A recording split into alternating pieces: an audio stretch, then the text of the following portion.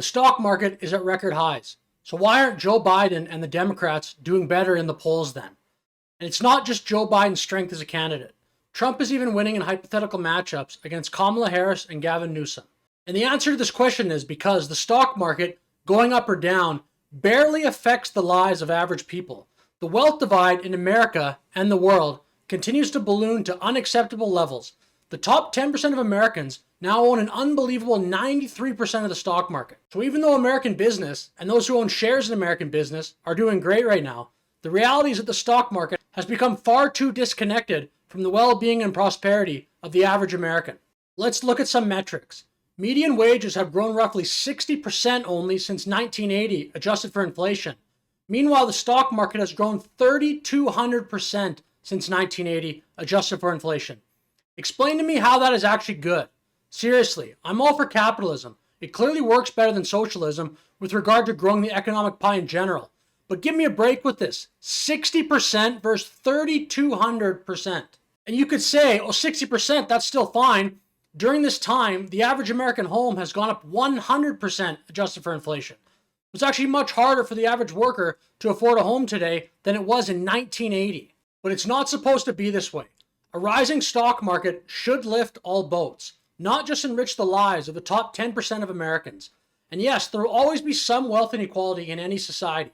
But at a time when American business is doing great and has great prospects for the future, as evidenced by the market being at record highs, the record high stock market should be a good sign for the entire country.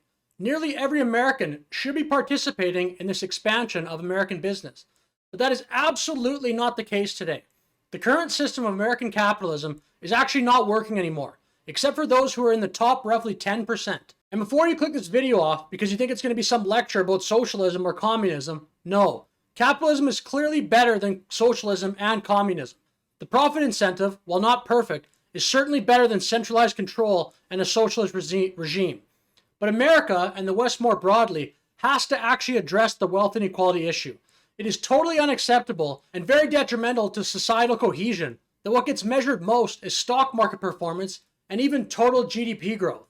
What rarely gets discussed is median wage growth and the median worker's standard of living, which is actually getting worse.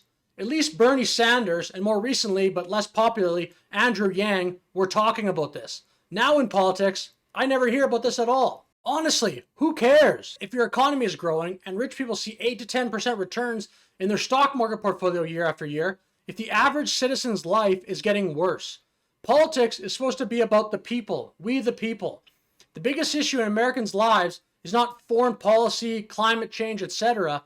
The biggest issue in most people's lives revolve around being able to afford life for themselves and their family, if they even have enough money to start a family, which is becoming increasingly less common.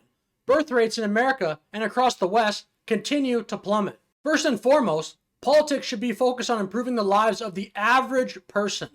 Literally, the median salary, by definition, reflects the experience of the average person. Yet this still rarely gets discussed in political media, even in the emerging alternative political media space. What gets discussed far more commonly is foreign policy, cultural issues, social issues, or personality attacks such as attacks on Biden's mental state or Trump's tendency to insult people. And to be honest, I think this is probably because most people who are popular in media, whether it be mainstream media or alternative media, are not earning a median salary. It is hard to sympathize with that experience if you're not even close to it. If your financial advisor keeps telling you that your stock portfolio is up and to the right and the value of your home continues to rise, I don't know. You probably think America is doing great economically, but it's not. One statistic that gets thrown around a lot is the low unemployment rate, which sure, it is low. Of course, this stat does not include people who have just straight up given up finding a job, but still a low unemployment rate is good. But the wage growth of the median worker that is being far outpaced by the cost of the average home is not good. It's not good at all. People don't just need jobs that can pay $15 an hour. They need jobs that can actually earn them a living and a future. It did not used to be like this. A couple used to be able to afford a home and have children if the father was, say, a mailman and the mother was, say, a secretary.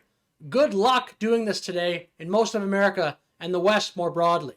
And this is wrong. Again, who cares if productivity gains in the technology sector are enriching the stock portfolios of the top 10% of Americans?